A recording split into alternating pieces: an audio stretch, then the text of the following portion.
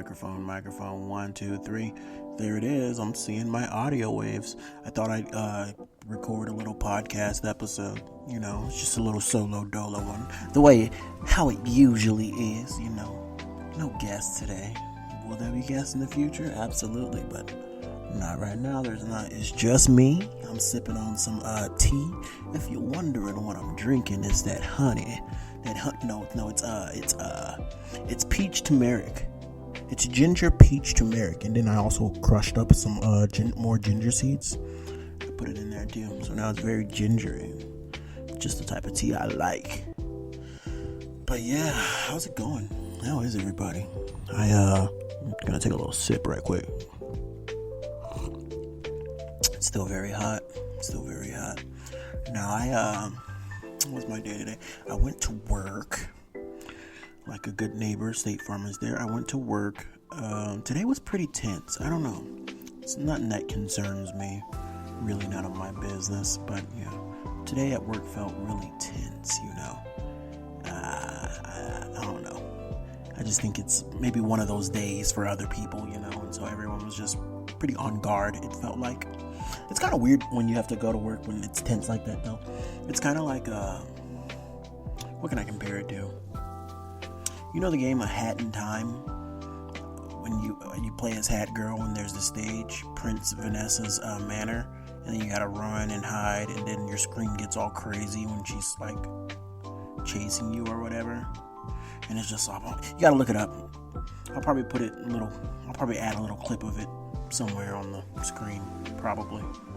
Gotta figure out how to do that. What I'm talking about. That's what it feels like when you have to work when everything is tense, or something's going on and you don't know. But yeah, like I said, nothing that concerns me. None of my business. I didn't do anything. That ginger tea, though.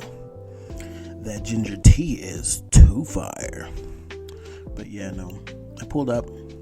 There was I had no idea what it was. I know it was a refrigerator, but I just didn't know what it meant. I thought we got like a new menu item or something, but it was like a station, lactation station. And I was like, what is this? Or what's new? Something new on the menu? But yeah, no, one of my coworkers told me what it was and what it was for, and so that was pretty cool. But yeah, I was kind of dumbfounded. But yeah, so whoever that is, congratulations, But yeah, I washed all my dishes, did all my prepping early, but it was still a very heavy day today. I usually go to work. I usually go to lunch around 9:30. Couldn't go to lunch until 10:30. There was just so many dishes, but I got them all out though. I did. I got the formula. There's a formula how I wash dishes. I try to teach it to other people, but other people have their own methods. I just have the method that works for me. You know what I'm saying? Anyways, this is kind of a freestyle podcast episode. If you don't know, I'm pretty sure everyone knows, but TikTok is going to be banned on January 19th, and that goes with Lemon8 too. So I'm probably going to just read through all my Lemon8 journal entries, because that's what they were, journals, and I'll just talk about them one by one. So this might be a long episode. I don't know. We'll see. But I really don't know what people are going to do when TikTok is gone, because I only have Facebook and TikTok, but I only have Facebook because I'm part of a group chat with all my family members, so we can immediately contact one another quickly, right? But that's pretty much it. Like, I don't have anyone like, hey, how you been? No, that hasn't happened in probably decades.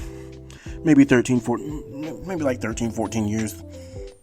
Someone hit me up like, hey, but that doesn't happen. And every time you check Facebook, the notifications is not at you. It's just something, maybe like a page you followed or a page you like, or, it's nothing. So I don't really know why I have Facebook. It's probably like Facebook is like being held together. It's like being held together with like glue and popsicle sticks. I don't know what they're going to do with that site. They need to delete it. They need to remove it, bro.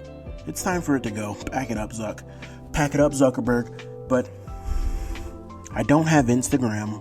So when TikTok leaves, I'm not gonna have the desire to flock to Instagram Reels. YouTube Shorts is ass. Everybody knows YouTube Shorts is ass because what they want out of TikTok is that sweet algorithm. No one knows how. They won't sell us. They won't give us the deets, but everybody knows that algorithm that TikTok has that's built into it, that's where the money is. So that's what the US wants, because they was like, yo, you're gonna sell this to a US operator or you can't have it in the US no more. And so ByteDance was like, bet, we will sell you TikTok, but you can't get the algorithm. We're not gonna sell you that. And so the US was like, no fucking deal. No deal. That's what they want. They want that algorithm. They want to know how they make it so addicting, But yeah, come January 19th, it will be banned. So I don't really know what I'm going to do. I don't have Twitter. Twitter's too toxic. Every time I get on Twitter, I just get, after about 10, 15 minutes, I feel sick. Like sick to my stomach about all the amount of shit that just goes on Twitter, Twitter is like the graven mass of the internet. If you don't know what a graven mass is, that's from a game called Elden Ring. And basically, I'll do a quick lore, maybe like in under a minute. There's this sorcerer girl, I forgot what her name is. I think her name is Sella. But I guess when they start getting into the sorceries and the forbidden magic and stuff, when they get too lost in the sauce, they just turn into this giant ball of like many faces, and they stuck like that for all of eternity. It's a graven mass, and that's basically what Twitter is. It's just people rolling around. I don't know the connection I'm trying to draw to this. In their own, they get lost in the sauce. Twitter is where you go to get lost in your own sauce, and then you turn into a graven mass, and then it's terrible. This probably makes sense if you played Elden Ring. You can be like, yeah, I get it. But if you don't know what Elden Ring is, you're probably like, what the fuck is he talking about? But anyways, I'm not going to flock to Twitter. I don't have Instagram. I'm not going to flock to Facebook. The only thing that's really here is just YouTube. But YouTube isn't the same like how TikTok is. You know what I mean? There's nothing that's going to scratch that itch that TikTok gives you. YouTube, you go for like a content creator if you want to watch a long form you know what I mean? And Threads is dead. I feel like it's gonna be the end of social media. Everything's gonna get all decentralized after January 19th. No one's gonna care anymore, dude. Think about it. There's no place. Usually, in order for a large user base to flock somewhere else, there has to be something else that's just like it that works the exact same, or is the exact same in terms of addictiveness, you know what I mean? And there's nothing. There's literally nothing out. So, I don't know. I'm probably gonna like switch to a fucking flip phone or something and just be more in tune with the world. Actually, I'm very in tune with the world anyway. But just be way, way more in tune, because there's nothing on the internet that's worth tuning into, And people say, oh, you have YouTube Shorts and Instagram Reels, but those are just stolen TikTok videos, man. Where do you think they're getting that shit from? They're getting it from TikTok. Everything is just going to eat itself. Everything's eating itself.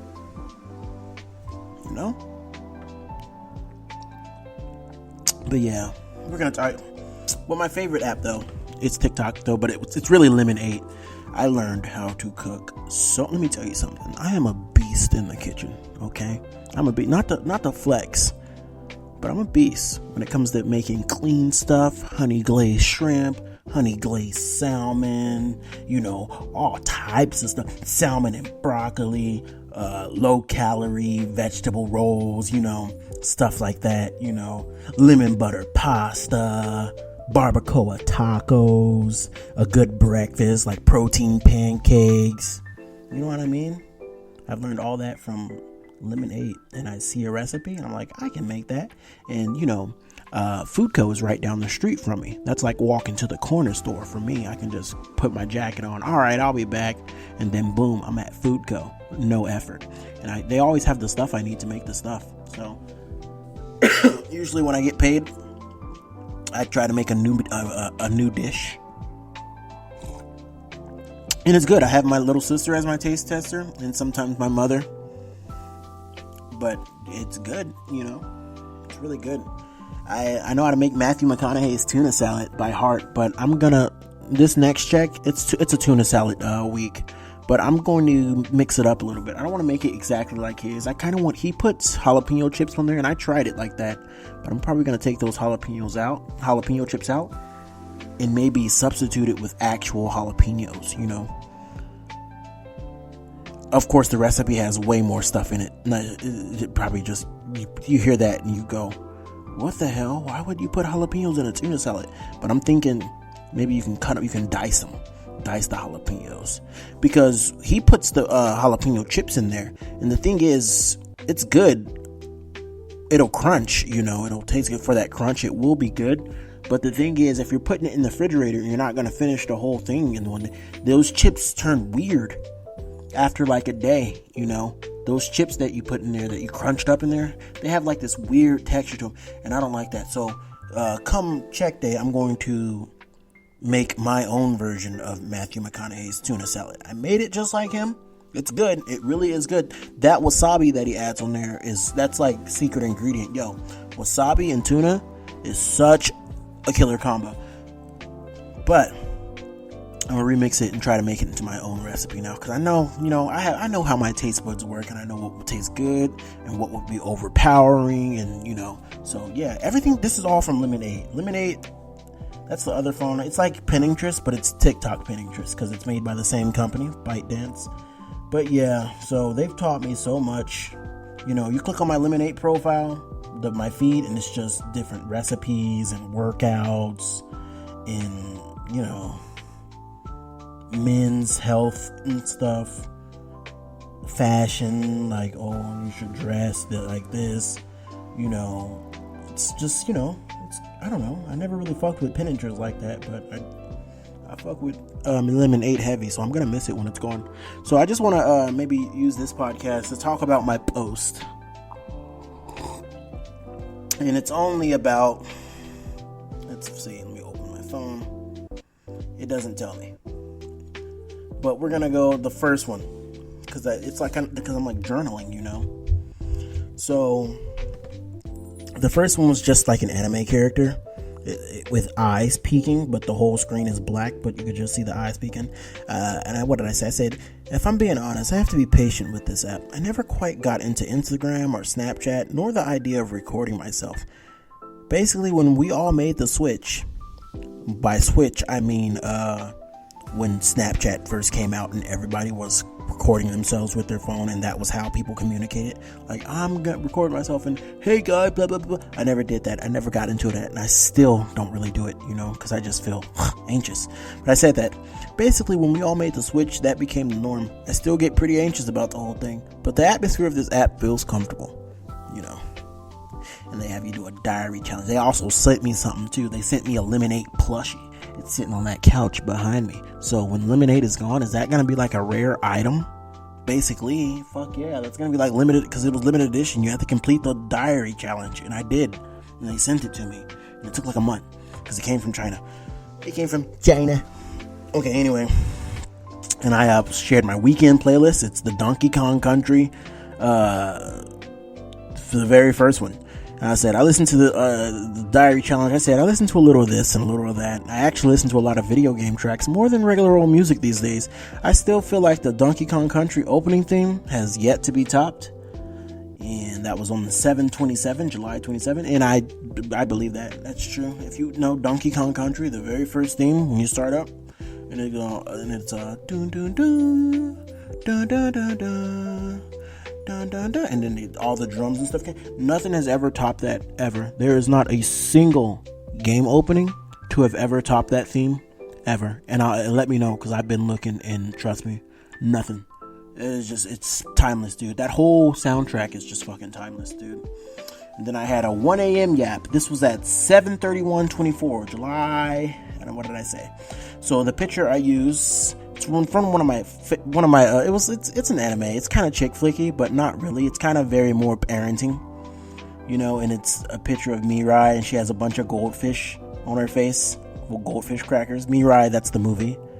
And but it's like some, it's a family movie, whatever.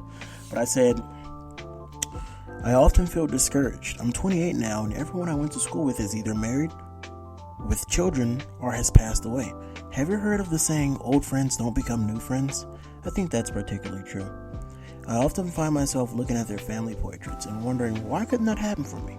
Truthfully, I don't think it can anymore.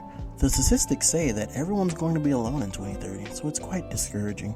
I think the dating market, or just the atmosphere around relationships in general, has been polluted with unnecessary fluff. My dating history is not quite impressive either. I've only ever dated one person, but I've always wanted to be a father someday, because I didn't know mine. But as society continues to progress, everyone around us becomes more miserable. I just don't think it can happen for me anymore. I think I'm going to end up like that cool Japanese guy on YouTube where his videos are titled like, I'm a 50-year-old lonely man and I play Sailor Moon on the Sega Genesis. Only he has a family. Yeah, that was the 7/31/24 yap that I posted on July 7, And then I posted about the Blue Bomber. Oh, this is a video. This was taken from Mega Man 8. I play a lot of video games, but I posted about Mega Man, and I said, Mega Man was one of the most frustrating games of my childhood, but I still adore it. I remember my uncle would keep the PS2 Anniversary Collection in his blue backpack, and I would chip away at some of the games. Well, there was a Steam sale recently, and I got the entire collection. Lately, these small, compact, linear games are quickly becoming my favorite genre. I feel like game developers these days are only focused on making large, expansive universes, and it's getting a bit too much. You guys can't all have open world games. There simply isn't enough time in the day to enjoy your game. Please stop making these 150-hour time sinks. Most times, the game isn't even worth playing or exploring. It just feels like a chore to play, excluding games like Elden Ring, of course. Anyways, I hope companies will stop trying to be like the next big game that comes out and instead get back to their original roots. And that was posted on 7/31. Sorry, had a little hiccup with the audio, but I'm back. I'm back again, cracking chins. And I was talking about the Blue Bomber Mega Man, and it got me thinking about how games are just too not fun to play. These big games. Maybe it comes with age, but I don't have it in me to play a really, really long game. Like when games that come out now, they advertise, it's like 200 hours. It's going to take you 100 hours to complete it. I'm immediately turned off. Maybe like 10, 12 years ago, that would get me excited, but not really, not anymore. Like Breath of the Wild. When Breath of the Wild came out, I did everything that there was to do in that game except collect the Korok seeds because there's like 900 of them and it's just a waste of time. And the only thing you get at the end was poop. That's your reward, just golden poop. And I still haven't went back to play Tears of the Kingdom. I started it, played for 6 hours, and I was just like, you know what? I can't do it right now. And then it's still there, it's still sitting, and I just never went back to it. But yeah, that was posted. The Blue Bomber was posted on 31. After Bath Yap. This is when I had to go to the hospital. And I said, as I was lying, this was on 8/1, this is on August 1st, 24th. And I was like, as I was lying in the bathtub, a thought crossed my mind. I recently had to go to the hospital because a couple of nights ago, I woke up with a bulge on my neck and throat area. I am fine. I don't have any underlying health issues that I'm aware of, but it turned out to be an abscess and it was taken care of. This experience got me thinking. As we all get older, every 5 years or so, our body gets a DLC, more like a debuff. As the creator of Pirate Software informed me, more like a debuff, as the creator of Pirate Software informed me, that's it. So try to stay healthy and get regular checkups to ensure you're not neglecting your health. It can be hard sometimes. I've been slacking on going to the gym. So on the August 1st, 24th. And then this was the walking home. This is the very next day. When I say I'm walking, it's walking home from Foodco. I always walk up and down the Foodco. That's like my main store because it's right next to me. So this is when I was yapping to myself and I said, I look at the state of the world, the economy, the mental state of people, the intellect, whatever era we're living in right now, and I just feel so discouraged. Maybe it's the internet, but people aren't as smart as they used to be. People can't have conversations anymore like they used to. I feel like people can't put two and two together anymore. People only know how to argue. People have just gotten a lot dumber, and I'm not the smartest man in the world, but that makes me feel bad, man. People definitely don't talk to anyone like they used to. You can't make friends like you used to. Maybe it's just the internet people are like, maybe it's just on the internet people are like this. Sometimes I feel like the internet was a mistake. But then I think to myself, why do I always get on the internet? Maybe it's because I'm alone. And reading comment sections, although they are awful, creates a sense of unity or camaraderie to distract you from the reality that you don't really have anyone. And that was on August 1st. In the video, the image that I used was just some shoes, some sneakers walking. Some animated sneakers. And then, this was another one I posted the same night, and I titled it, I Hate When My Phone Rings. And I said, I hate when my phone rings. I really hate being called. I don't know why, but every time it rings, I feel a genuine annoyance for a moment, whether it's a creditor, scammer, or family. I don't know where the anger comes from. It could be because I'm very avoidant. Even when dealing with people I genuinely like, I always self-sabotage.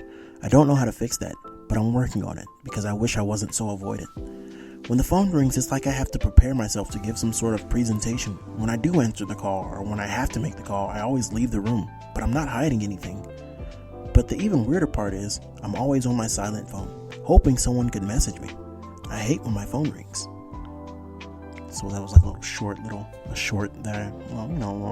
story. You know, I'm no illustrator or artist or, you know what I mean? No Arthur, but it's just something I wrote. And then this was a SpongeBob fact that it has music. I wonder if that's picking that up. Let me turn it up. Anyways, I don't want to get okay. That was I guess SpongeBob in Japan.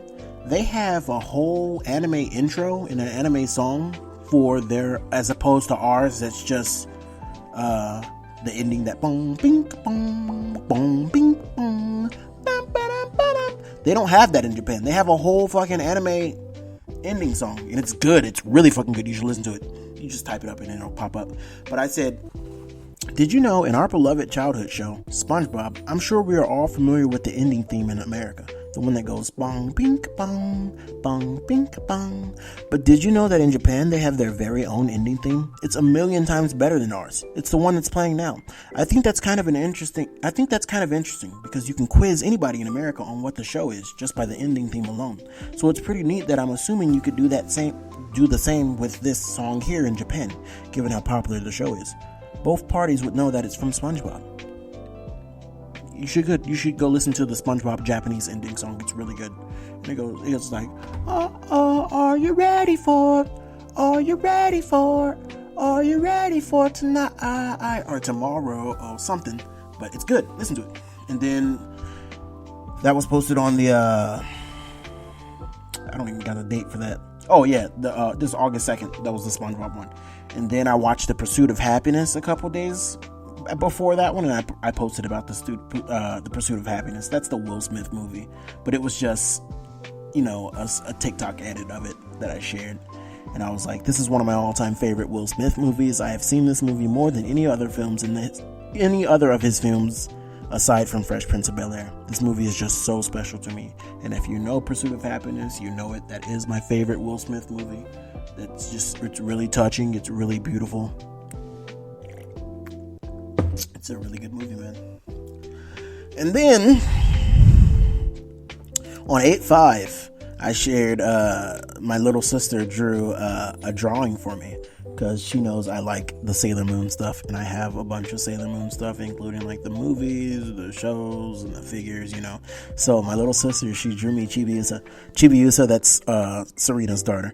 And it came out great, and so I posted about it, and I was like, my little sister painted a drawing of Chibiusa from Sailor Moon for me. Chibiusa is the daughter of Usagi and Tuxedo Mask, and I have to say, it came out very lovely. I'll be keeping it here on my computer desk. I actually own all of the Sailor Moon series, from the original Deke dub, the funny 90s version, as well as the Viz remasters, which are more serious and not so funny. I even have a bunch of Sailor Moon VHS tapes that I got from someone on eBay for dirt cheap. It came with like 10 of them. Even a Japanese special edition is in here. But I just wanted to talk about the painting. Isn't it nice? And yeah, it was my little sister's drawing. And that was posted on 8/5. And then I said, everything and everywhere are bots. This was my next Yap sesh that I did. Are you living it? I used that still from Cowboy Bebop. If you don't know what Cowboy Bebop is, it's a very awesome anime, but it's legendary. Like it's old, it's like Adult Swim vibes. And I took that still of where the screen's all black and it just says, "Are you living in the real world?" in the bottom right corner. Then that was the picture that I used for this Yap sesh. But I said it was titled "Everything and Everyone Are Bots."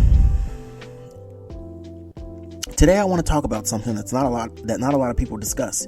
You know, when you're scrolling on Twitter, Instagram, or TikTok and you click on the comment section and all you see are people spamming the same comment or joke? Do people really not see how crazy they look? Especially when the previous 10 video comment sections were doing the same thing about a different topic. It feels like they're going to blow up or short circuit. They look so insane. Last night I came across a video of a guy involved in some controversy. The number of comments on the video far exceeded the number of likes, but when you look at the comment section, it was nearly 4,000 people spamming the same thing over and over without a single intelligent response. This is like some dystopian robot scenario out of Nier Automata. It doesn't make you look cool or funny. It looks like one person paid for a service to deploy thousands of bots to chain comments. I can't fathom it. To a normal person, you guys look jaded. I can't imagine coasting through life like that. Everyone on the internet needs to find a trait or something that makes them appear original. This is like the dead internet theory, but these are real people. You have put the fries in the bag, bro, too close to the sun. In this case, it's, do you have any books on that? Can you recommend a book on that? I'm probably about to order a flip phone on eBay, because fuck all this. What happened to people, man? And I did order a rinky-dink phone. It's up there from eBay, and I just haven't connected it to it yet. But after TikTok, when they remove all this, I'm just gonna go and put it active and then just use that. Just my old ugly rinky-dink phone.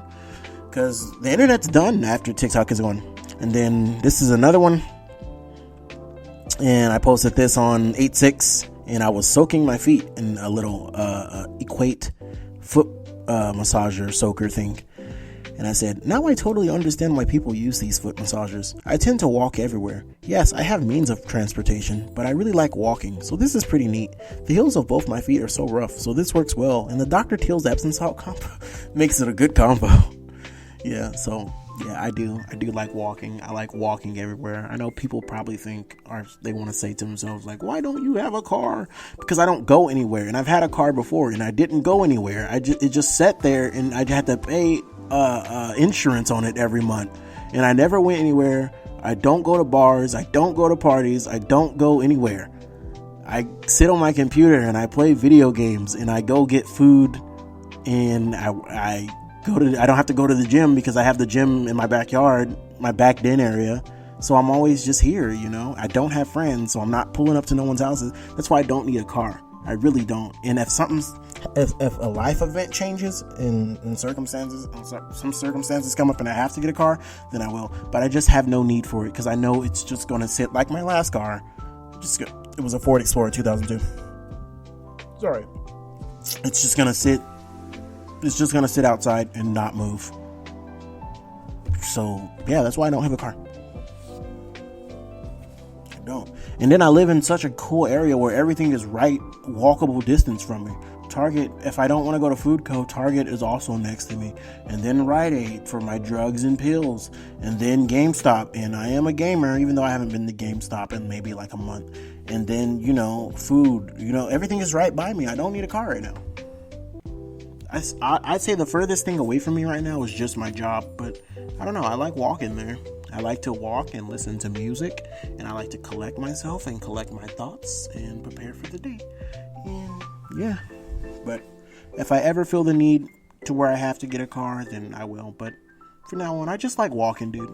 I really do. It's very therapeutic to me. Yeah, I'm not a brokey. I'm not a broke boy. From the outside, it probably looks like I don't have my life together because I don't have a car. But no, it's not that. It's just, with the cards I have, I just don't need a car right now. And it's because I know I'm not going to use it. And let me see. This was posted on the 8/6. This was the very next day. And it's a picture of the Duke Cannon soap and the pure Epsom salt by Dr. Teal's. I went to Target and I had bought those. And I was like, and it was titled Wash Your Ass. And I said, I'm trying a new soap tonight. I'm genuinely a very clean person, and I wash myself nearly every single day. When I get home from work at midnight or in 1 a.m, I always shower first. However, I've grown tired of liquid soaps. I don't think they're that great. I love bar soaps, and Duke Cannon will be a new one for me. I've tried a few other bar soaps, but I really like these large ones. Regular Dial soap bars or other common brands, often in cheap variety packs, just don't do it for me. I'm very particular. Last week it was the Dwayne "The Rock" Johnson's Papa Tui brand. Today it's Duke Cannon. And both Papa Tui and Duke Cannon are fantastic bars of soap. Papa Tui brand also has liquid soaps too, like, the liquid soap, but I'm a big bar soap person. I like to take the thing, the exfoliating sponge that you can slide a soap bar in, and I like washing like that, and everything's exfoliating and feeling nice, and you only get that feeling with bar soaps. And I feel like a bar soap makes me feel a lot more cleaner than liquid soaps, So yeah, I'm big on bar soap. But Duke Cannon, I think Duke Cannon, those fat bars, those are my favorite right now. And the flavor that I was using, it was a Big American Bourbon Soap Oak Barrel Scent, and it was called Buffalo Trace by Duke Cannon Supply Co. Yeah, Duke Cannon is great. They also make razors and deodorant and hair pomade and all types of stuff. And then the next thing I shared was from 8-7, and it was from a game that I haven't played lately. I stopped playing it, but it was from Sword of Convallaria. That's a gacha game, but it was a tactic base. And I've said in a previous podcast how tactic games are my favorite. But I was like, the thing about gachas, usually I'm not a huge fan of gacha games, but I still play them. I've never spent money on one. Actually, that's a lie. The first and only gacha game I've ever spent money on was back in 2013 for gems in a mobile game called Brave Frontier. Yo, if y'all know about Brave Frontier, then you fucking know that was the first gacha game. Genshin Impact and all this stuff coming out new age, and they think that's the first gacha game? No, absolutely not. We were playing Brave Frontier when I was like a sophomore and junior in high school. Oh my god, I missed that game. But anyways, let's continue. Other than that, I've never spent money on Genshin Impact, Honkai Star Rail, or Zenless Zone Zero. FOMO, that's fear of missing out, doesn't work on me. I think when you're a free-to-play player, it makes the game much, much more enjoyable when you actually pull a character you want by chance. I've been playing Sword of Convallaria lately. It's a tactical JRPG gacha game, which is very unique in the gacha space. Anyway, I pulled the character I wanted. Welcome home. And the character that I wanted was Gloria. There was a Gloria character from Sword of Convallaria. She was really cool, and I got her. So, yeah. And then, this one was titled Shooting Star that I posted on August 8th.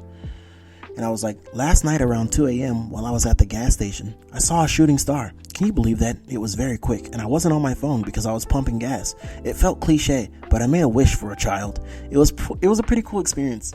Usually you don't spot stuff like that unless you're out in the desert or somewhere with little city light pollution. You know what I mean? When I lived in Bakersfield in the country was the last time I ever saw one. But yeah, that happened to me last night.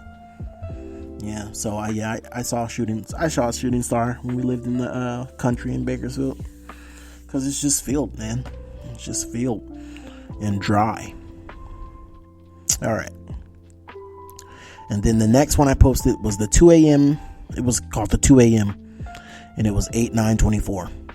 And I said, if you ever noticed, in which you haven't, I just needed a way to start this off, but I tend to always change my profile pictures and usernames very frequently, but not for any confidential reason, but for the only sole purpose that I don't have any other use for my phone or social media in general. I never get notifications. I never get hit up. My phone is very dormant, but when I'm playing the game, I always have the habit of grabbing it. The only thing I can really do is just change PFPs around, along with changing default wallpapers. It's like a habit, but I really don't care to break it because the root of it lies in boredom. I've always said if you only use your phone for YouTube, then essentially every phone is let me rewrite that. I've always said if you only use your phone for YouTube, then essentially every phone out and every phone that will come out is always the same thing. Which is true. If you only use your phone for YouTube, then every phone is the same. They can try to wow you with all the new camera features and you could do that. But listen, when you are on your phone, if you are only on YouTube, then every phone is the same thing. If you only check in Facebook, if you only check in TikTok, which is going to be gone soon, and Twitter, it's all the same thing. So don't waste your money on new, inexpensive phones, because you're not going to use it if you're just going to click on the YouTube app, and that's what you do on your phone. So yeah. And then the 810 was just, I just posted a sad face. It was the Microsoft Windows instead of the smile. The something went wrong. It's that blue face with no pictures, and it was posted on 8/10/24. But I can't remember why I was sad that day. I think I had, why was I? Oh, because I was beefing with my mother. We had got into it, and I was just kind of sad about the outcome of it. But this was on the August 10th, 2024. What happened? Yeah, no, I know what happened. Yeah, no, no, it's yeah, no, but we're cool now. But yeah, that's why I posted that. There's no image, no text, just that something went wrong. Microsoft sad face, cries in computer. Anyways, the next one, I was talking about Bleach, the anime, and I said it was just titled Bleach, and it was posted on the 10th of August, and I was like, I've taken a pause, or maybe I'm going to juggle watching Bleach and Breaking Bad. When I was younger, I used to watch Bleach so much, it's easily in my top 3. I had to stop watching it, all the way up to the point where there were pillars in the fake Karakuta town. What happened was that there were no more English dub episodes at the time. I could have watched it with English subtitles, but subs don't do anything for me. I'm not an elitist, I just don't care. So anyways, back then, I was going to wait for more English episodes to drop, but then I inadvertently stopped watching it. This was nearly 13-14 years ago, so I'm heading back in. I forgot how hilarious this show is and how awesome the music was. And boom, that's true. Yeah, I used to be big on Bleach when I was a kid, talking about it with my classmates and stuff, but I was already caught up at the time. At the time, the manga or the show was only when Aizen came down to Karakuta town, and they was going to destroy it, and then they put those 4 pillars up, and then we ran out of English dub, and there was a couple subs, but I was like, no, I don't like subs. And yeah, I don't know, people get all iffy about that on the internet. I like watching anime with the language that I like listening to, with the language that I understand, you know what I mean? People be like, oh, it's so bad, they don't know. Tell those people, shut up. No, it's not. It's normal. It's fine. Go watch the Portuguese dub. You know, if you speak Portuguese, go watch the You're going to tell them that they're bad because it's not Japanese. Those are people that have like these weird little boners for, you know, Japanese people. They're fucking weird. But I don't know. I'm rambling. But yeah, Bleach was good. And I still have to go back and watch 1,000 Year Blood War, the third part, because that's really good too. And I had stopped because I'm waiting for more episodes to drop. But I'm not going to stop watching it. I'm going back to it, you know. I am. I don't know. I like to watch an episode and then watch an episode and then watch. I don't like to be like, fuck, what happens? Oh no, I got to wait 2 weeks for the next episode. Nah, fuck that. I'll just wait it out. I'll find something else to do with my time until, you know, the episodes are here. And it's almost, I think the 10th episode is coming out soon. So now I can start from 1 and watch that whole thing. And then I'll be up. But I'm probably going to restart 1,000 Year Blood War. Because it's only like 40-ish something episodes. That's an easy watch. That's nothing crazy. And then my next one was about Sword of Convallaria, and I had beat the first ending. I guess there's multiple endings, and I got one, but it was really good. The story was really good, and I was so enthralled. I might pick that game up again, dude. It's still on my desktop. It's right there. I never uninstalled it, but I titled it "What an Ending." And it was on August 11th, and I said, I wish I had people who were into the same things as I am. I just reached one of the endings, and it was one of the endings of Sword of Convallaria, and it was crazy. It helps even more that I'm playing the games with I'm playing with the voices in Korean. The story of this game is woven so well that it feels like I'm watching a drama. I haven't been this enthralled in a tactical RPG since Final Fantasy Tactics Advance on the Game Boy Advance. But now, there are so many missing images in the glossary, so now I can play for a different outcome. I wonder how many stories there are. Maybe I'm biased because this is the first ending, but I like this one the best. Yeah. The reason why it helps that I was playing it in Korean. You could play it in Japanese. There's so many voices you could play it in. But I was really into K-pop and stuff 13, 14 years ago. And I kind of still not really am. But I learned so much Korean, dude. And I got so used to the language, not just from K-pop music, but I used to watch hella K-pop dramas, dude. Like, I probably have like 60 or 70 of them on my belt, but I haven't watched them recently. But now my little sister watches K-dramas now too, so that's probably something she picked up from me. But yeah, so I'm very used and comfortable with the Korean language, and what makes the reason why the story, it felt like I was watching a drama, because the story was so good along with the voice acting, so it felt like I was watching a K-drama, but it's a game, but like a little tactical K-drama, you know. But yeah, and then I posted this other one. Hold on, let me proofread it. I said it was titled "I Hate Pornography," and it was 8/14/24, and I said, I really hate pornography, mainly because I was exposed to it at such a young age. The first pornography video I have ever seen was on a music downloading site called LimeWire back in the day, and I downloaded a song, but it actually ended up being a 17-second video of a woman stripping naked. I had to be like 8 or 9 years old. After that day would be the start of a long life addiction. I remember when one of my classmates in the 4th grade bought a PlayStation 1 with a portable DVD player with a porn CD. But because we were kids and we didn't really understand it, everything was so funny. So we'd go out into the field and he'd press play and then we'd take off laughing. But even still, it certainly wasn't accessible as it is today.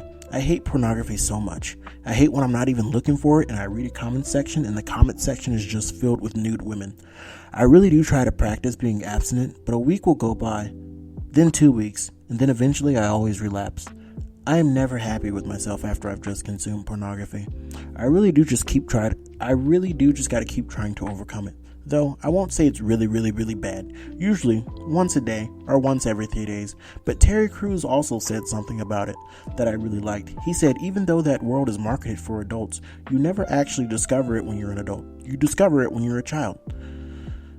But I'll overcome it. It's like trying to quit smoking, and I've already quit smoking. I didn't overcome it. I didn't. That's still something I deal with. I'm not a huge porn addict. I'm not a weird gooner, creepy gooner. I probably like jack off once. Yeah, like once a day. And that's like, not once a day, excuse me. Like once every 3 days, like I said. And it's only like around maybe 2 or 3 in the morning before I go to sleep. But there's people out there, they glorify this culture. And they think you have to be doing it 24/7. I hate it, bro. It's all on Twitter and shit. It was with the rise of OnlyFans, it got really bad. And yeah, no, I'm not a super gooner. Once every 3 days is enough, you know. But yeah, I still do very much hate pornography. And I said, you know what's sad to me? 8/16/24. And then I even got a comment. Someone commented. Okay, what did I say? 8/16/24. It's titled, You Know What's Sad to Me. I really hate how influence on the internet has bled into real life. The internet has turned into an awful place to be, and there's no way society will ever recover from that. I don't understand. Well, I do understand, but it's so hard to believe that people can become so easily influenced by the next person, by what they read, hear, or see on the internet. It's like they don't have that thing in their brain that teaches them how to develop into their own person, to come into their own skin. Everyone waits for the internet to decide how they should feel about something. They wait for the internet to tell them what to do. It is just so fucking sad, man. I kind of wish they could just shut the internet off for a few years and let society mend and repair itself. I can watch man versus women hate content. I can watch a cesspool of degeneracy, but once the video ends, I don't take anything from what I saw. It doesn't dictate my worldview. I can easily just go back to being my normal self, and that says a lot because I listen to a lot of crap. I wish society was like that. Everyone is so mean, everyone's alone, everyone is stupid. They don't have any friends. Everyone is exhausting to be around because they live on the internet. I'm not saying I'm better than anyone else, but when you're just a normal person unshaped by any particular worldview, everything sucks. It's like that episode of South Park where the only thing Stan heard around him was shit. Yeah, that was posted on 8/16. Yeah, and that was my rant. The internet is bad. It's really bad. Oh, this is another one. This is another one of my I really want a kid rants. Bear with me. I posted it on 8/16. This is the same day, so this is probably around nighttime. I said, I often get really jealous, but not in a sense of envy, more in a neutral way, when I see videos of parents being excellent mothers and fathers to their children. When parents on the internet have good relationships with their kids, I truly think they're blessed, even though life with children can be difficult. I saw a video that only had about 3 likes, but it showed a guy walking through a level in Super Nintendo's A Link to the Past. That's Zelda, by the way, one of my favorite game genres ever, series ever. But he's like, he was walking through a level in Super Nintendo's A Link to the Past with his daughter. I long for moments like that, so I commented, "You're living my dream, bro." So society often puts a negative connotation on having kids, and many people in my age group don't want children anymore. Children feels like an unobtainable luxury item. It feels like you can't get this item anymore because you weren't playing the game at the time the update happened. I feel like I'd be a really good dad. I feel like I'd be a great dad. I never knew my dad. I may have seen him once or twice in my life, but other than that, I don't really know him. I remember in school, the teacher would show videos of dads reuniting with their families from the war or the army, and my classmates would cry. I, on the other hand, felt nothing. I didn't get it. I didn't understand why people were crying. Now that I'm older, I see stuff like that, and I still don't fully understand it. But at the same time, I recognize the happiness people feel in those moments. I really want a kid.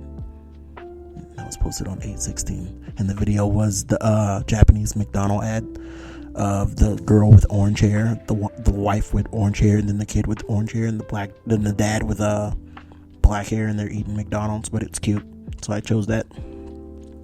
And then on 8/22, I got a tattoo. I went to go get a tattoo today. It's not quite done. I still have one more session, but this is all we have. What we're able to do today. This is the character Ronnie the Witch from Elden Ring. I'm eager to see the finished product, and it looks dope on me. And then 8/20/24, it was called Something About Texting.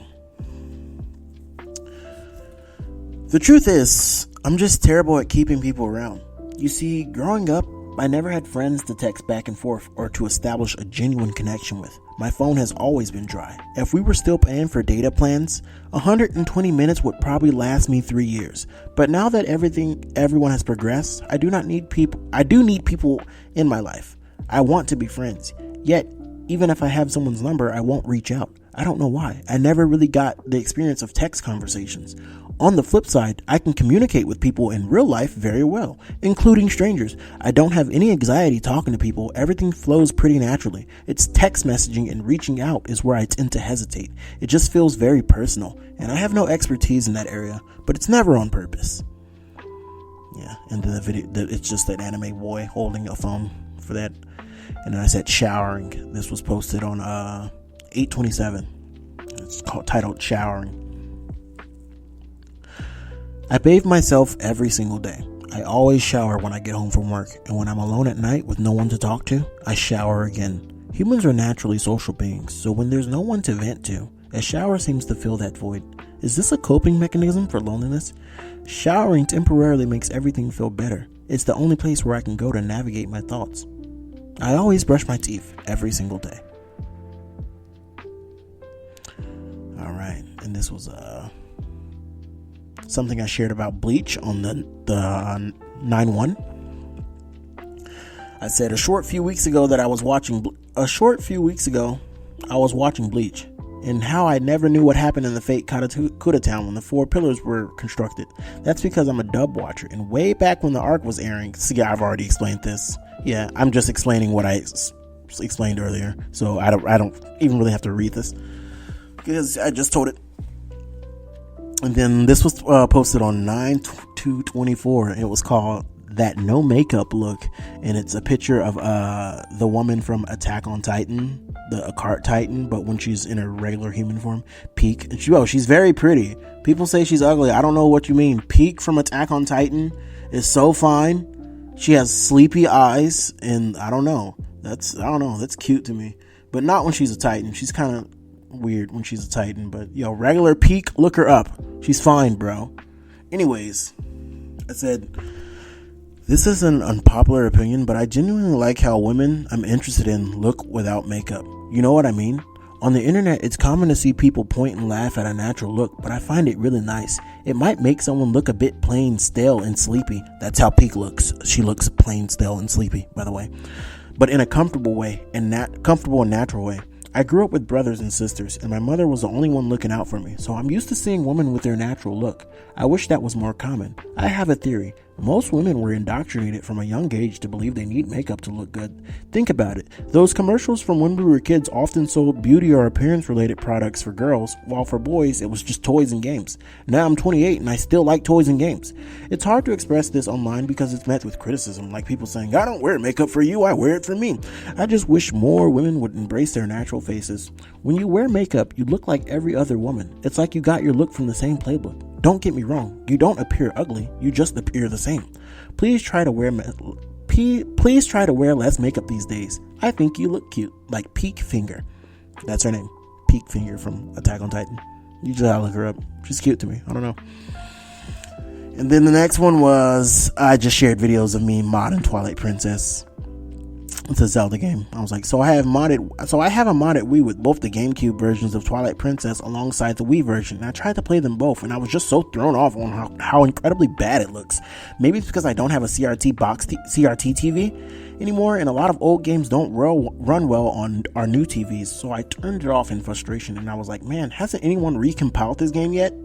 And to my surprise, someone had created a 4K mod that will run on my computer. I think it's so unique how you don't really notice the quality of it. Oh, look at that. We have an Amber Alert. What the fuck is going on? This is scary.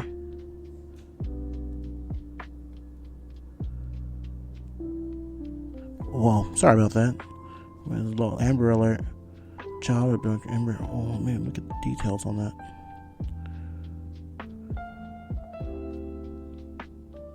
Wait a sec. Okay. Alright, I was talking about Twilight Princess. Basically, someone modded the game in 4K, and then I was explaining how when they do that, they make it to where. Sorry, that made me a bit anxious right now. So I gotta collect myself and get a sip of my tea. I was basically saying the 4K mod looks like how I imagined it in my head, and it's pretty amazing how people do that. Anyways, this is the next one I shared, and it's another Duke Cannon soap with antiseptic mouthwash and more Epsom salt, and it was called Health and Wellness Checkpoint. And I was like, I went to Target and got these for pretty cheap deal. Only about $24 and some change. It's interesting because usually a few items at Target run you about $40 to $60, so that's good. I originally went for cream, but don't get me wrong. There's nothing wrong down there. There's nothing wrong down there. I just figured it'd be healthy, because think about it. The first place a guy sweats is his balls and dick. I wonder what the female equivalent would be. Like the underboob, maybe? Whatever. Shut up. It's just lotion. Besides, they didn't have it anyway. I was looking for cream for my junk, but there was nothing wrong with me. I just wanted to, make sure I'm good down there. That's why I kind of stuttered when I just stopped, because I'm not going to say it. And I said, and I get to try a new soap today. I've been showering and bathing myself every day for nearly 200 days straight, sometimes twice a day even. The double pack of mouthwash is convenient too, because one of the bottles is just going to be for my feet. Did you know that mouthwash is really good for your feet? Anyways, it's about time I switch out my toothbrush too, now that I think about it. For the best toothbrushing experience, you don't need a mechanical toothbrush or a Crest 3D white toothbrush. None of that bullshit they try to sell you. I even seen an AI powered toothbrush before. What the fuck is that? Instead, go on Amazon and get yourself a toothbrush with larger and longer bristles. Trust me on this. I know what I'm talking about. It's gonna change your life. And I guess you can choose whatever toothpaste you like. Personally, I only use Arm & Hammer, Peroxicare, and Complete Care. Yeah, the toothbrushes on Amazon with the big bristles, bro, those are the best toothbrushes. They're long. They're really long. Those are the best toothbrushes, trust me. And then this was from, I don't want to get DMCA'd, but I shared a steal from Bleach of my favorite anime ending sequence. But it's in literally anime history. It's this song.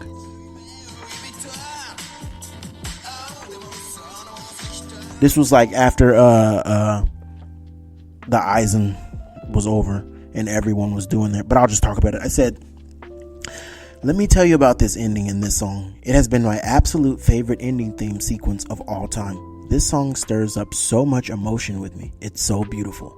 It genuinely makes me want to cry. This is a song I played during depressive episodes,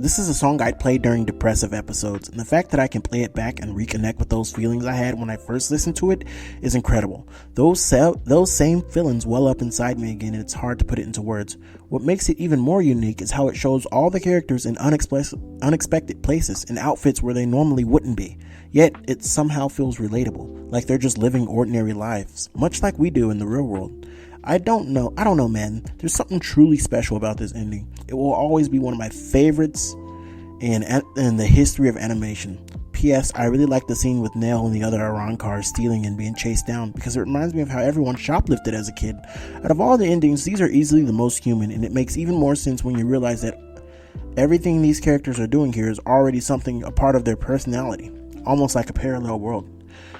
I guess to get that, you have to understand Bleach and the characters, but it's the ending where they use the song Digimo by Digimo, Stay Beautiful. That's the song. Stay beautiful. Oh. You gotta look for it. I think it's like ending 12 or 13. It's one of those, but you'll know it when you see it. It's called Stay Beautiful. It's on Bleach. I'm pretty sure if you type that, it'll just pop right up. But that's my favorite ending in like animation history. And then I shared 9/7. I shared some games that this was when Delta Emulator hit the stores, and so I bought it, and then I just shared me playing Big Brain Age, and I said, do you remember those classic Nintendo DS games? I used to play them with my mom and little sister. We each had our own save files. These games were so much fun, and there's even a new version of Big Brain Academy on the Switch that I still do need to get actually. I have nothing but great things to say about these games. They make it refreshing to get back into the habit of, the habit of learning or relearning things if you've forgotten. Here's a little secret about me. I'm terrible at math, and all 4 years of high school I never made it past algebra and geometry. Yet I excelled in other subjects, and I'm not ashamed of it either.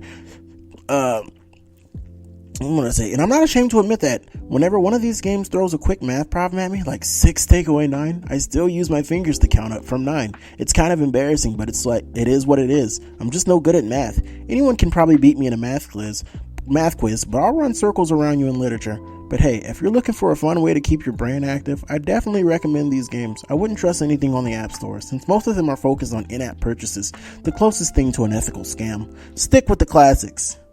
And yeah, that was my Big Brain Academy things I shared. Then I shared something about Pikmin Go, because I used to play a lot of Pikmin Go. It's the same thing as Pokemon Go, except it's Pikmin. And I said, I downloaded this Pikmin game and I've been incorporating it into my daily routine. I find it a lot more refreshing than Pokemon Go. I can't quite explain it, but this game seems to make you feel a lot happier. You just walk around your neighborhood, get your steps in for the day, and collect these cute Pikmin. Maybe it's because I only started it a few days ago, but I don't even find it as demanding as Pokemon Go. I walk nearly every single day, so I think it's good to have. I never actually played any of the original Pikmin games, so I don't know if they're supposed to be cozy games or not, but yeah. The best feeling I can compare this game to is drinking a cold glass in the middle of the night and then going back to sleep. Yeah, dude, Pikmin Go is so good, especially when you walk. Yeah, it's like drinking a cold glass of water. It's refreshing. Dun dun dun dun dun dun dun dun dun dun dun dun dun dun dun dun. We're almost done. This is probably gonna go. I don't know, man. The reason why I'm recording this is because Lemon8 is going to disappear and I still want to have memories of the stuff I posted. So you got to bear with me here. The next one was I love Zelda games. This is when I was playing Twilight Princess. And I said, hey, you want to hear something cool? I absolutely love the Legend of Zelda series. I've been hooked since I was like 5 or 6 years old. I remember beating Ocarina of Time all by myself on my 3rd save file. When I was like maybe 8, if I ever got lost, I was smart enough to get on the computer, head to Game Sages. That's the site that IGN used to be before they were IGN. That's some trivia for you. And find a walkthrough. I was already reading at a high school level in elementary school before I even hit double digits in age. So there's that. I only got into the series because my uncle, he used to keep all his games in this blue backpack, and my cousin and I would just play them. Nowadays, he doesn't really game much. My cousin, that is. He's mostly into Fortnite. We've kind of drifted apart, but my love for Legend of Zelda has never faded. I even have a tattoo of it on my arm. My mom knows how much these games mean to me. I still remember being in 5th grade when she surprised me with The Legend of Zelda: The Wind Waker for the GameCube. I was so excited. Like, is this really for me? And she did it again when I was a freshman in high school with Skyward Sword. She got me the special gold Wii edition that came with the matching gold Wii remote. Bro, if you know, you know. It's a bit sad nowadays. Kids don't really appreciate puzzle and strategy games like these. They don't seem to have the patience to figure out a dungeon layout, which key goes where, or which floor they need to be on. Everything has become so simplified. If I ever have kids, I'm definitely going to introduce them to this series. I saw this TikTok of a dad playing. This is a drawback from my previous. I'm talking about the same thing that I said a little while ago. I saw this TikTok of a dad playing Link to the Past on the Super Nintendo with his daughter. Except she was the one playing. It made me so proud. You see the floating figure standing before me? I think she make a nice tattoo. I'm talking about this Princess Ruto lady from the game, but you need the visual. It looked cool. She has very cool design. I'd get her tattooed. But yeah.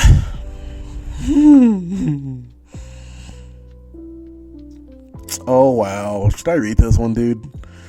This one was the contents of my dating app profile. I don't use a dating app anymore. By dating app, I meant like Facebook dating, that little thing that they have built in, but I don't even use it. I don't even do anything, but I did post it on Lemon8, the contents of it. And I said, bio, looking for a gamer dweeb woman. Look, I've done the analysis and I have nothing in common with overly pretty women. I'm overstimulated. If you don't want any kids, then I'm not really interested in staring at each other for 20 years. Nothing against you, but that's robbery. That's a robbery of this one single human experience we all share. And I said, Q&A, looking for someone who, bonus points if you're self-aware of the state of the economy and don't mind that I spend my off hours in my garage gaming with, let me reread that. I said, bonus points if you're self-aware of the state of the economy and don't mind that I spend my off hours in the garage with my gaming PC. Let's make sure we're on the same page. And I said, I'm not a lard ass either. I have an obsession with bathing. I have a job and I gym. And I said, ask me about. And I said, if you're dorkish or just into nerdy dweeby shit, I probably like you. No, I'm not making fun of you. We're the same. You all are good company to be around. And I said 3 TV shows. And I was like, I got all types of movies. Sailor Moon, Studio Ghibli, Samurai Champloo. I'll put something on and we can shoot the shit. The TV show I'm hooked on is, and I said, if we start watching a show together, you can't watch an episode without me. That's considered the highest act of treason, and such actions will be dealt with accordingly. And yeah. And I said, I like people who, I don't care about makeup. How you look is how you look. What do you look like in the morning? That's how I like you. And I said, I'd rather watch you play Mario 64. Easy. What if it were randomized? Then what? And I was like, yeah, just, it's all giggles and shit until the Wiggler is where King Bomb Bomb should be. And I said, note, I can whistle any tune. I have perfect pitch and I'm a good singer and dancer, like Sleeper Agent Good. That's because I once wanted to be famous, but these days I'm more into enjoying the quiet. When I have no information about me whatsoever, everything is blank with just pictures. Wait, what's this? When I have no information about me. Oh, that's what I added. Oh, that was very loud. Sorry. I said, when I have no information about me whatsoever, everything is blank with just pictures. I get matches. Whenever I leave descriptions about me, I get nothing. And that's true. I get so many matches if I'm just like a profile, just like a regular profile with nothing about me, just like a dude. But if I add stuff to the bio, I just stop getting matches. So that's what that was in parentheses down there. And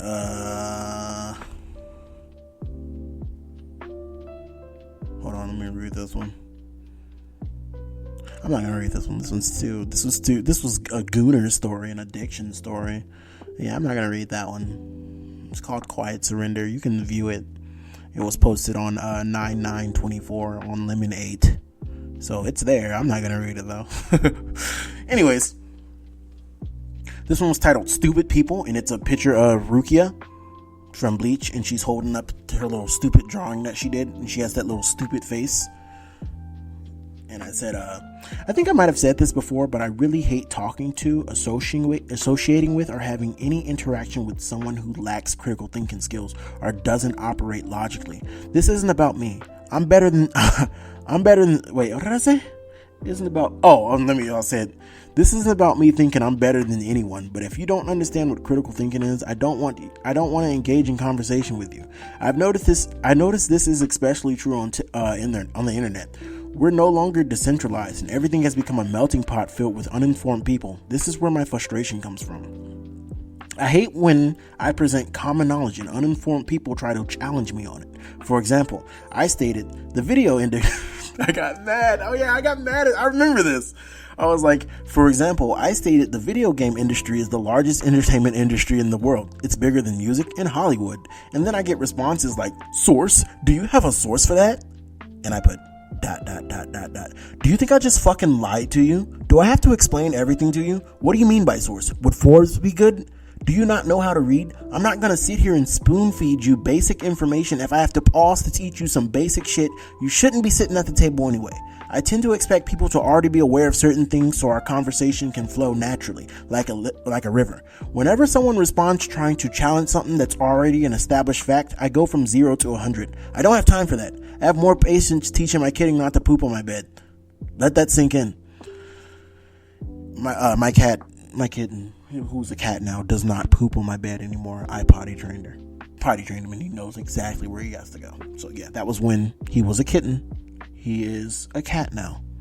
All right, and this was when I get off. This is no, that's not even a yap. That's just a picture. And this one's titled "Sometimes I," and it's the picture of Ryan Gosling from what's that movie?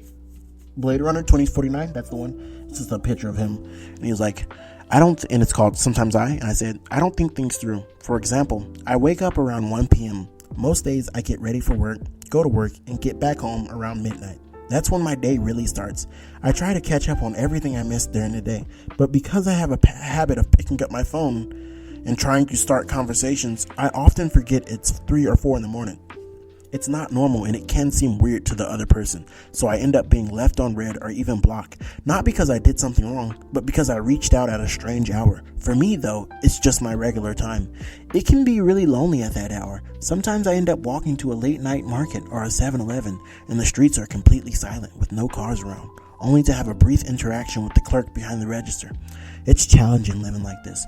The only social interaction I get is from my coworkers during the day. But without this job, I wouldn't have any outside interaction. I don't even get messages on my phone. I have no idea why I still pay for it.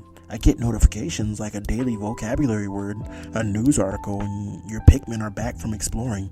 I find myself talking to the stock version of ChatGPT about a question of the show I'm watching or a hint at the objective of a video game I'm playing.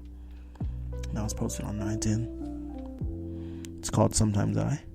Then I shared something I made. I made tender teriyaki chicken. That's what I made. And I added broccoli and cauliflower and some roasted potatoes, carrots, and I made some rice, and I shared the image, and it came out looking great. And it got 3 likes, which is odd because these usually never get likes. And then what else I got here? And this is another one. So the first one was Sometimes I. This one is Honestly I. And I said, honestly, I'm feeling really down, man. I don't know if it's because when I'm going through stuff, I end up pushing people away, or if deep down I just understand that some people aren't meant to stay in your life. Even when there's only one person you know, but deep down you know they're not good for you. Either way, the outcome is the same. I've got no one left, for real. I've got 2 social media accounts, and I'm here talking to you on this one. But even when I try to reach out, there's just no one there. I'm sitting here every day in this dark garage, and yeah, I've got my family I can talk to in the other room, but that's it. It's like I've been feeling this way for years. I feel lost without a purpose and deeply long for something meaningful to protect. I try to fight that feeling by taking really good care of myself. I can get as big as Sajin Komamura, that's from Bleach, that's a character from Bleach. I can get as big as Sajin Komamura, but there's always this heavy pit in my stomach. I don't know, man. It's like I'm drifting aimlessly. Yeah, that was one of my depressing episodes when I was a bit depressed. I feel a lot better now. I don't know what I was going through, but I was sad that day. And that was on 9/11. Never forget. I had a strange dream. What was this about? And then, yeah, I don't even remember the dream. Let's read it. And the picture is, it's a clock man. And it's kind of gloomy and gray. This was interesting. I said, see. Okay, I remember this fucking dream, dude. I said, I had a strange dream. I said, I had a dream where my family and I moved to a small, unfamiliar town somewhere outside of Fresno. The dream mainly featured my mother and my little brother. We found ourselves in a grocery store. My brother wandered off, which he often does in real life, just disappears and comes back whenever. We were having a conversation about how he shouldn't be doing that, especially since we don't know anyone in this new place. After shopping, we ended up at an apartment complex. My brother went off again, so it was just me and my mom, who looked a lot smaller than usual. When we got to the door, yeah, that was another thing in the dream. I was very young. We were young in this dream. When we got to the door of the complex, we were suddenly attacked. They grabbed my mother, and I got hit a few times before they managed to get away with her. Next thing you know, I'm in a room at the complex freaking about how to get my mom back. There were people I didn't know trying to calm me down, but I wasn't having it. I was telling them I was going to go get a gun and go after these people, and they warned me against it, saying the person who took my mom was involved in some gang that was trafficking women. I ended up staking out the complex for what felt like a couple of days. Then I saw some woman being dropped off outside. I ran out, and a woman I didn't know pointed toward a distant apartment building. I rushed over there and started parkouring around the sides of the building. I ended up in a sunroom that was abandoned and dingy, but there was no one. Wow, I remember this. So yeah, dude, that sunroom I'm talking about, it was just like it was like overgrown plants, and there was like sunlight coming out, but there was nothing in there. It was all dirty, but there was no one there. It was the next room over. Suddenly a guy came out. I must have made some noise because he was outside on the ground checking the area, and he started calling out, "Is that you? I'm sorry I cheated on you." He wasn't talking to me, but I took the chance to come down on him hard by cupping the both of my hands like a rock and coming down from the air at the nape of his neck. I made my way further into the building, broke down a door, and found a guy inside the room with multiple women tied up with ropes. I spotted my mom among them in a blind fury. I grabbed the guy, tied the rope he was using around his neck, and strangled him until he was dead. Then I freed my mom and the other woman. Right after that, I woke up and still in fight or flight mode. Adrenaline still surging through me. At some point, I knew it was a dream, but I wouldn't allow myself to wake up until I found my mother. It's funny, last night I went to sleep all sad and moping because I felt like I was drifting through life with no purpose. That was the dream relaying to me that I'm supposed to be the seer. Was that the dream relaying to me that I'm supposed to be the seer in my household? That was true. That was right. I remember that. Yeah, that Honestly I Depressive episode, the night I went to sleep is when I had that dream. And so, yeah. Maybe that dream was telling me that I was supposed to be the seer and that I'm supposed to be protective and I'm supposed to watch things. Yeah, dude, I remember that dream, dude. Wow. Then this was one about modern day GameStop. This is probably going to run for like an hour and 30 minutes. This is the podcast, just me reading my Lemon8 entries. If you're still here, I appreciate you. I appreciate you so fucking much. Anyways, let's get to it. This was modern day GameStop. It's 3 a.m. now too, so I'm just gonna let that sink in. Modern day GameStop. I feel like I won't truly miss GameStop until the day it's gone. Don't get me wrong, I do love GameStop, but it's changed over the years. First off, they sell more pop figures than games, and the moment you walk in, it's like, "Hello, welcome to GameStop," and then they follow you everywhere. What brings you in? We got this deal, that deal, these on sale. Man, I just want to browse for games. But now I got to keep a conversation going. I know you're trying to upsell me. I've seen the stock prices. I get it. You're struggling. But I came for one thing, and I don't want to be rude either. You browse and you run your hand over a game, and they're like, "I can check if we have that in stock." No, I don't want the game. I'm just looking. Shopping at GameStop now feels like the Legend of Zelda Skyward Sword when you enter the bazaar and the shopkeeper follows you around. You look at the item and he's like, "Oh yeah, this is on sale for 40 rubies. And you're like, "I don't want it." And then he makes that face. GameStop, I know you got quotas to meet, but send an email to all stores saying that nobody likes being followed around. No, let me read that again. I said, GameStop, I know you got quotas to meet, but send an email to all stores.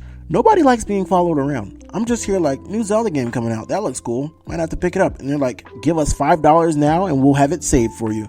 Calm down. I'm not going to give you $5. What kind of scheme do you think you're running on me, huh? I've been coming here since I was a child. I know copies will be here because no one comes to GameStop. Then you get to the register and they're like, "Man, you saved $100 last time with the pro membership." Yeah, I don't care. Anyway, I picked up this game. It has an interesting art style battle system that challenges the player to think. I love stuff like that, man. But it's not what I originally went for. I wanted the Hatsune Miku boxing game.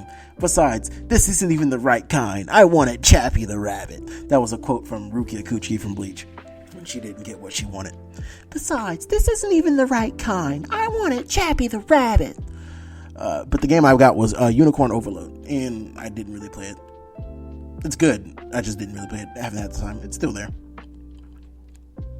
And then this was me. I just shared that I beat Twilight Princess. Yeah, that was nothing crazy. And then that was my finished tattoo. I didn't rant about it. I just shared the image. And then my little sister. This is another one about my little sister. I said, it's titled My Little Sister. And I said, my little sister and I have been giving each other gifts every time I come home from work. There seems to be something new. For example, she gave me a Sailor Moon necklace, so I gave her 3 Sailor Venus figures because I already have the whole set. Then I came home from work and was greeted with a Genshin Impact McDonald's apple pie and other Hello Kitty toys. This is really nice. Update. She took a small nibble of the apple pie, and I guess it came with free Primo gems she had already redeemed. So yeah, she gave me like a half-eaten, a half-nibbled on Genshin Impact apple pie. Yeah, I still ate it, but I thought it was cute. And then I shared the image of the moon. The moon looked very beautiful that night, so I had to take a picture of it. And then this is another one about my little sister. And it's just kind of my little sister continued. My little sister has started her freshman year, and she has enrolled herself in art. She has drawn me other Sailor Moon stuff, but I think it's pretty cool, and I hope she always continues to draw. Drawings like these are more valuable than store-bought items. She kind of reminds me of Yuzu from Bleach. That's Ichigo's little sister from Bleach. That's who my sister reminds me of. But yeah, she drew me a Sailor Moon, some more Sailor Moon art. And then I shared some Majora's Mask 4K videos. And then I shared me and my little sister matching with these fuzzy feety slippers that we both have. I got some for my mother too. And yeah, she took the picture, but I shared that. That's us when we went to Burger King. And then I shared I've completed Echoes of Wisdom, that new Zelda game that came out. This was around the time when it came out and I beat it. And I said, I've completed Echoes of... Well, this was before it came out, but don't tell Nintendo I told you that. I said, surprise, I've already completed Echoes of Wisdom. Let's just say I got my hands on a copy a bit early. It officially drops worldwide today. If you're a Zelda fan, don't sleep on this game. It's the best top-down entry since A Link to the Past. The developers were really in their element when they crafted this one. It's consistently enjoyable from start to finish, never feeling dull. This one's superb. And yeah, that was Echoes of Wisdom. And then I found a Luigi plush, brand new, when I was on my way to work, and I rescued it. And I was like... Look what I found. I said, I just rescued a Luigi plush that was stuck between a gate near a bank. Since the bank was closed, I couldn't walk in and ask for it, so I had to hop the fence. Man, I never realized how much harder hopping fences gets with age. I'm totally winded. Did I ever tell you that I have a plushie collection? I don't buy them though. Every plushie I own has been rescued, and I take them home and clean them up and give them a new home. Some of them were my sister's, which I found abandoned in the backyard. The only plush I've actually purchased is the Baron Bunny from Genshin Impact. Now I can proudly add Luigi to the collection. And bad food. Oh yeah, this is when I made dubious food. That's what I titled it. Dubious food from Zelda. When you make something bad and gross, you just get dubious food. So it was pink salmon. This was my first attempt at making honey glazed salmon. Now I can make it. But I was like, I'm kind of discouraged. I was trying to cook a recipe I found on here for honey glazed salmon. The recipe required cutting them up into cubes, but it didn't turn out quite well. I can always try again, but what a waste. I'm too shy to show the finished product. Perhaps I should have put them in the air fryer or baked them, but I didn't have any foil, so I just used the wok pan. And yeah, that was my dubious food. And then this was about Ocarina of Time. I didn't really yap about it. This is about my cat. What did I say? I said, this is not a long one. It's just one little sentence. I was like, isn't it kind of funny how cats will just wake you up? I wonder what cats think when they see you're sleeping. I always wake up in the mood after it's walking across my face. Like, what do you want? Go away. Yeah, let's talk about my cat. Bad. And then I shared my steps, getting my steps in. And then I talked about ChatGPT here. I said, we're almost done, by the way. We were talking about Bleach, and I was like, you want to know something? I kind of like how talking to ChatGPT is like having a buddy who knows to follow up with everything you ask it. I could ask, you know Bleach and 1,000-Year Blood War? And of course it knows. If I'm stuck in a dungeon in Zelda, I could just ask, hey, you know the Fire Temple in Ocarina of Time? Not the original, but the Master Quest version. Where's the boss gate? But don't give me the exact but give me a hint. Don't tell me exactly. And it has the solution. I think it's neat, especially since ordinary conversations with people are kind of dying when more and more people recluse themselves. It's even harder to make friends nowadays because the internet is conditioning people to think it's talking to others is weird. So this is really nice.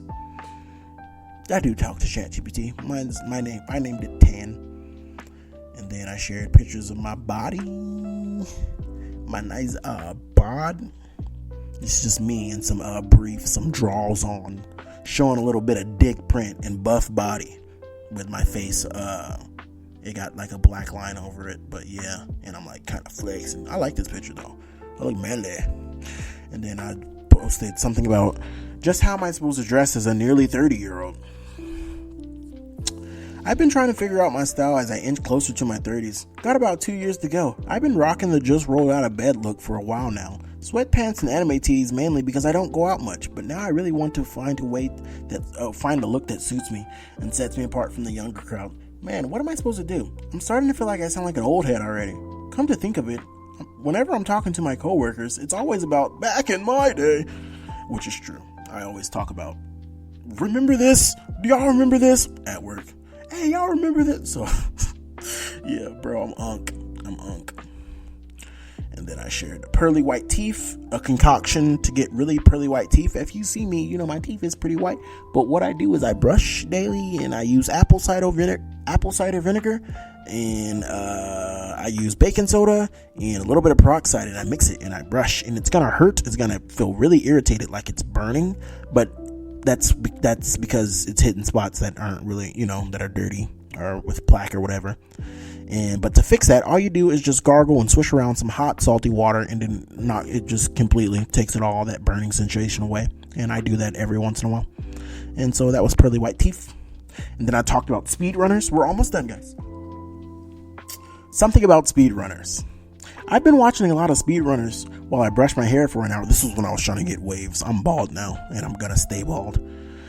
I've been watching a lot of speedrunners while I brush my hair for an hour, and I have to say, it's really interesting. I remember back in the day, I used to criticize people for using glitches to beat games. Now I find myself appreciating those strategies. If you're not familiar with the speedrunning community, you might not realize how fascinating it is. Even if you're not deeply into it, it's enjoyable to sit back and watch, especially if you like the game. Speedrunners are truly mind-boggling, man. And it is. It's very true. Speedrunning, you gotta know some shit to know some shit.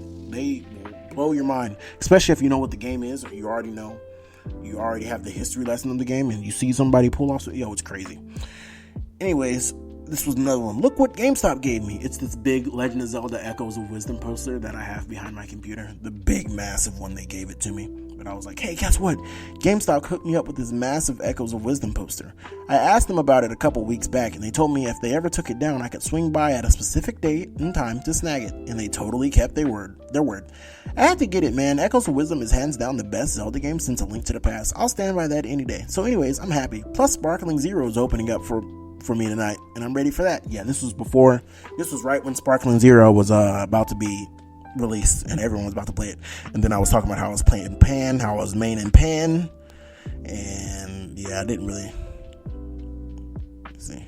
Yeah, I just shared stuff about Pan.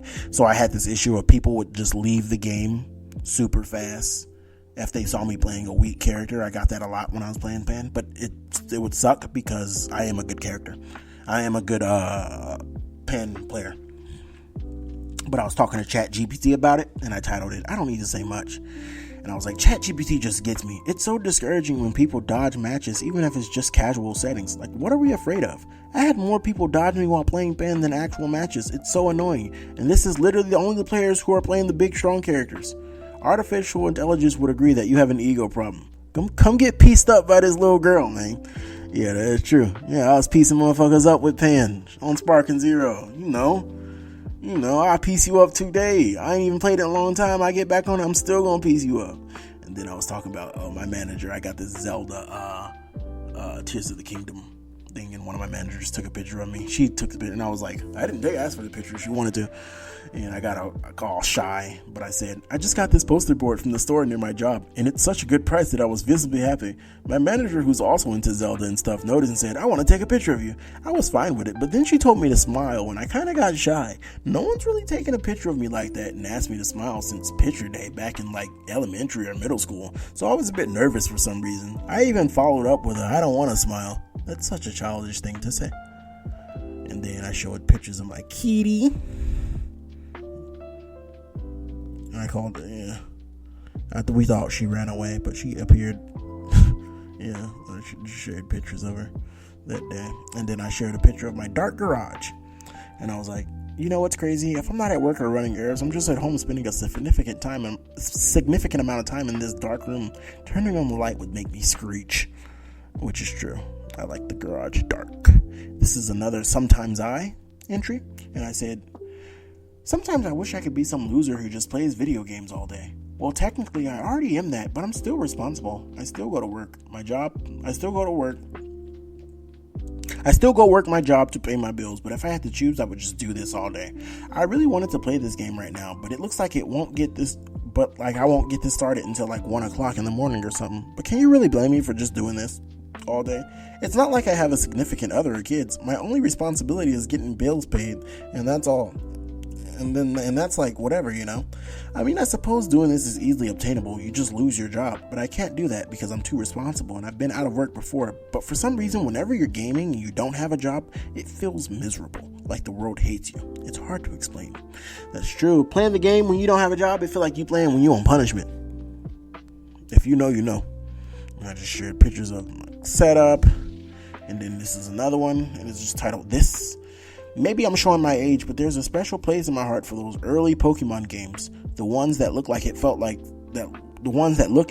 this. This is Pokemon Yellow. So the first Pokemon Yellow, when I say it looked like this, that's the image of the old Pokemon game. My mom was always working, but we each had a Game Boy. She'd play one version and I'd play the other. I remember those nights hiding under the blanket with my first Game Boy, the battery barely holding on. Thinking about it now makes me so nostalgic. Back then, life was simpler, without all the stress over mundane things. There's something comforting about the way these games create nighttime, how the colors shifted with each town. It just felt so safe, like a place I could return to. And yeah, that's true. I really like the old first Pokemon games, when everything's like, you know, it's all... I don't know how to explain it, dude. It's gonna make me sad. But yeah, no, I really like the games like this. I like how they look, you know. And then I shared pictures of Korra and the other girl from Avatar Korra, which I still gotta finish. And I was like, don't hit me up if you don't look like this. And it was when Korra cut her hair and they had short hair. Yo, girls with short hair, that's beautiful, man. They're beautiful. When it's like right up at your shoulders or your neck right there, yo, that's hot to me, man. That is really beautiful. And then the Lemon8 plush that I got from Captain Lemon8, the app, they sent it to me, which is now going to be rare because the app will be shut down on the 19th. But I have it. And then I shared some breakfast. I made steak, guacamole, sunny side eggs with mango. And then I made it again, sunny side eggs, steak, mango. And then I shared pictures of my cat. And then I shared growing up is, and this is when I went to the hospital. And I said, no one ever tells you the older you get, the more you're admitted into hospitals. And then that was it. And it just showed pictures of me at the hospital because I have to go to the hospital again. And then I got the Koopa. We're pretty much done. It's pretty much over. I was talking about how I got the new turtle. I was like, hey, just wanted to get on here and say I inherited a turtle because I went to help a neighbor move. And he gave it to me. And none of his kids wanted to take him. But they also didn't want to get rid of him. I got everything washed out with a brand new water. This is Koopa. And I named him after, Mario. And then my progress. More body pictures, and this is my last post. This is the last post, and I'm gonna keep it like this. And it's titled, This Might Sound a Bit Sappy. I've always been drawn to characters like Vander. He feels truly unique to me, an incredible father figure whose sheer size makes him stand out. The way he towers over Vi and Powder, dwarfing them both, perfectly embodies his role as their protector. That's the kind of presence I want to have, the way I want to carry myself. I work out, eat clean, and I box every day, and I'm steadily getting bigger, little by little, but it's not enough To me, Vander symbolized true protection, both physically and emotionally, and I want to be just like him. There are other characters I admire too. Joel Miller, Kratos, Bardock. All of them are strong, powerful figures who resonate with me deeply, but when it comes to sheer mass and the way that size reflects protection, Vander stands alone. I'll keep pushing myself every day. I'll keep growing stronger. One day, I want to be big enough to dwarf the ones I care about, just like Vander did for his family, like how Barrett Wallace dwarfs Marlene. Standing right beside me, I want people to feel small, but in a protective way. I never had a father, so I turned to media and its depictions for guidance. Yeah, and that was the last one. That was the most recent one that I posted, and by that's the character from League of Legends Arcane. On my previous episode, I talked about Arcane. It's the same show, and when I say dwarf, Vander is such a large character that he's bigger than his dart. Both Vi and Powder look small, look like small people when they're next to him. Even when he was Warwick, and they were already adults and, handling their own business and shit, they still look small compared to Warwick, who is Vander, which I guess is a spoiler. Whatever. If you haven't seen it, then I don't know. It's not a huge spoiler. If you don't play League of Legends, then you're probably not really spoiled. But yeah. But yeah, that's it. That's my Lemon8. I just wanted to get on here and I wanted to read all my Lemon8 entries, because when TikTok and Lemon8 is shut down January 19th, I can always go back to this video and reflect on the stuff I posted about. But that was it. I didn't expect it to be that long. It's like an hour and 30 minutes. I need to go to sleep now. It's like 3ish in the morning. It's 3:18. So wow. So if you made it this far, thanks for tuning in. This was probably my longest solo episode, but it was mainly because I was reading. Yeah. This was a good one. I enjoyed this one. This was a little while ago with Nehemiah. Thank you for tuning in. You guys have a good night. There's not really much I really want to talk about. I'll start the next episode something fresh. Maybe in maybe 2-3 days. We'll see. You guys have a good night. Thank you very much.